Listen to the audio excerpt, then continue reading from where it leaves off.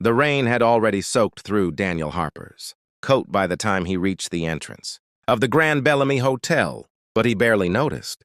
His attention stayed fixed on the little hand wrapped tightly around his own. "Dad," 6-year-old Sophie whispered, looking up at the glowing chandeliers through the glass doors. "Are you sure we're allowed to be here?" Daniel forced a smile, even though exhaustion pulled at every corner of his face. "Yes, sweetheart," he said softly. "We were invited." The words sounded fragile the moment they left his mouth, because standing beneath the golden lights of the most luxurious charity gala in Chicago, Daniel suddenly realized how impossible they looked. His suit wasn't really a suit anymore. It was the same charcoal jacket he'd worn to job interviews for the past 3 years, carefully ironed to hide the wear along the sleeves. Sophie wore a pale blue dress bought from a thrift store 2 days earlier. Daniel had spent nearly an hour fixing the loose hem himself after she fell asleep. Around them, luxury cars lined the curb. Women in diamonds drifted through the lobby laughing softly. Men in tailored tuxedos adjusted expensive watches while valets rushed to open doors. Daniel swallowed hard. Maybe this had been a mistake. But then Sophie squeezed his hand again, and he remembered why he came. Not for himself. For her. Always for her. Tall hostess near the entrance glanced at them briefly before her polite smile faded. "Can I help you?" she asked. Daniel carefully pulled a folded envelope from his pocket, trying not to show how damp it had become in the rain. "We received an invitation to the charity event," he said. "Daniel Harper and guest." The woman opened the envelope, scanning the card quickly. Her eyes moved back to Daniel's shoes, then to Sophie. Something in her expression changed instantly. "I'm sorry," she said flatly, handing the invitation back. "This gala is private." Daniel blinked. "I know." "That's why we have the invitation." "Yes, but this event is reserved for major donors, executives and partners of the foundation. We were invited by mail," Daniel explained quietly. "Maybe there's been some mistake."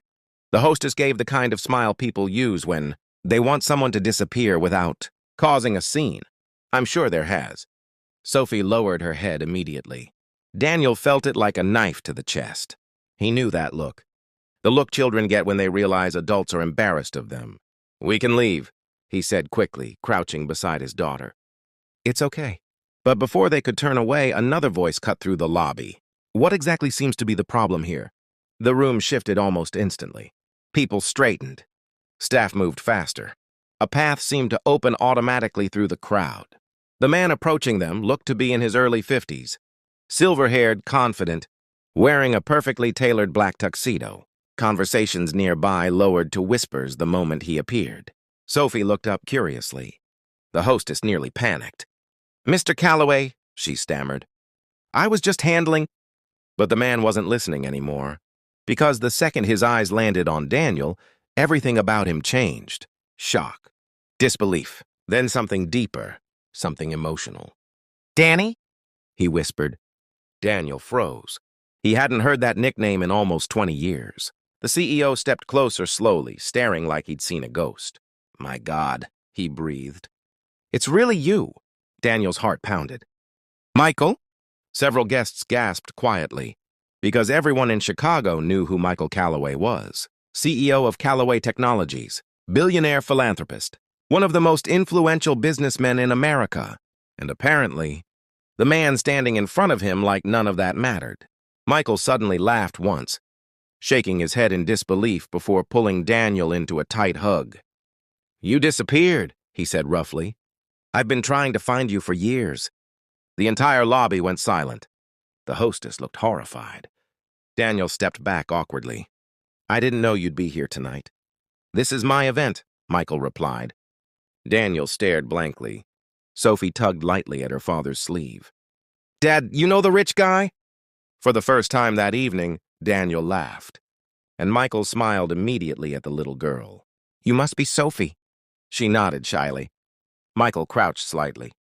"Your dad once saved my life." Daniel's eyes widened. "Mike!" "No," Michael interrupted gently. "They deserve to know." The ballroom had gone almost completely quiet now. People watched openly. Michael stood beside Daniel and faced the crowd. 22 years ago, he began. "I was a broke college student working nights at a shipping warehouse." Daniel looked down immediately, uncomfortable. Michael continued anyway. One winter, I collapsed during a snowstorm walking home from work. I had pneumonia and didn't even know it. Most people walked past me. His voice softened. But Danny didn't. The room remained still. He carried me nearly 6 blocks through freezing weather to a free clinic. Stayed with me all night. Missed work for 3 days. Lost his job because of it. Daniel rubbed the back of his neck. It wasn't that dramatic. Michael ignored him again. The doctors told me later that if I'd stayed out there another hour, I probably wouldn't have survived. A heavy silence settled over the room. And when I tried to pay him back? Michael said, smiling faintly. He refused. Now people were staring at Daniel differently, not with judgment, with curiosity, respect. Michael looked at him carefully.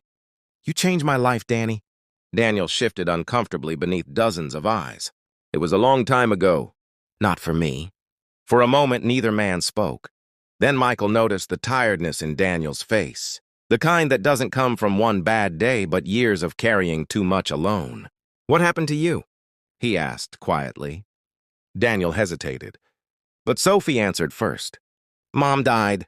The words landed softly but shattered something in the room. Daniel closed his eyes briefly. 3 years ago, he said. Cancer. Michael's expression fell instantly. And since then? Daniel gave a small shrug. Just trying to keep going.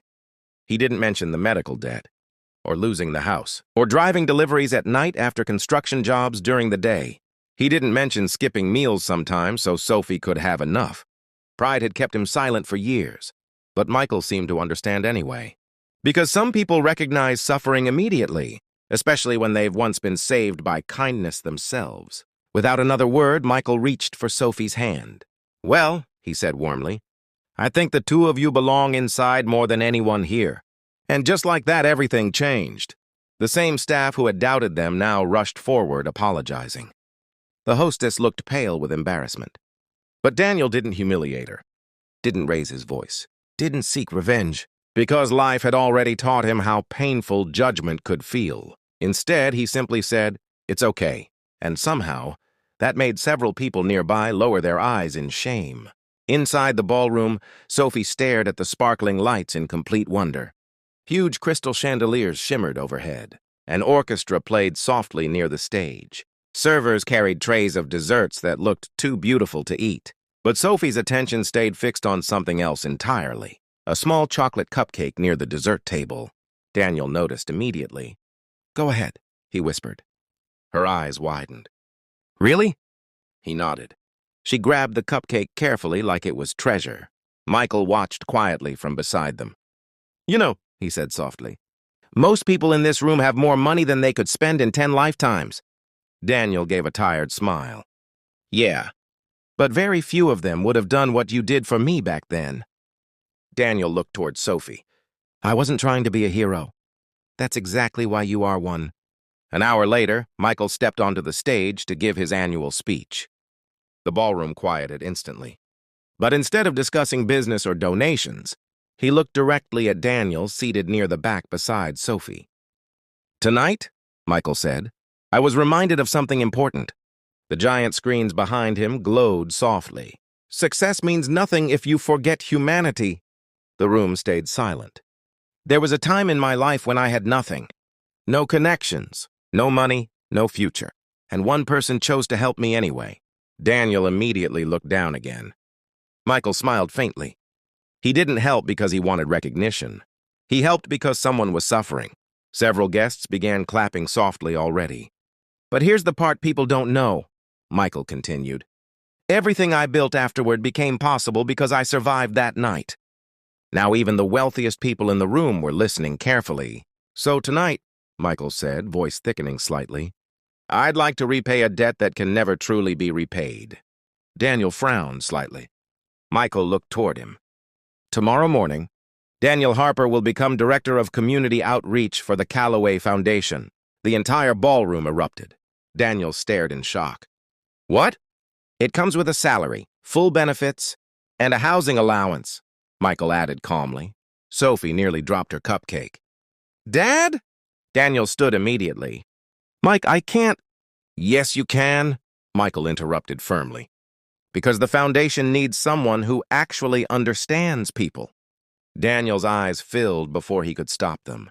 Not because of the money, not even because of the job, but because after years of feeling invisible, someone finally saw him again.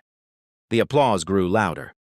And in the middle of that glittering ballroom filled with powerful strangers, Sophie wrapped her arms tightly around her father. "I told you we belonged here," she whispered. Daniel held her close, unable to speak. Because sometimes the people the world overlooks are the very ones who once carried others through their darkest moments. And sometimes kindness, even after decades, finds its way home.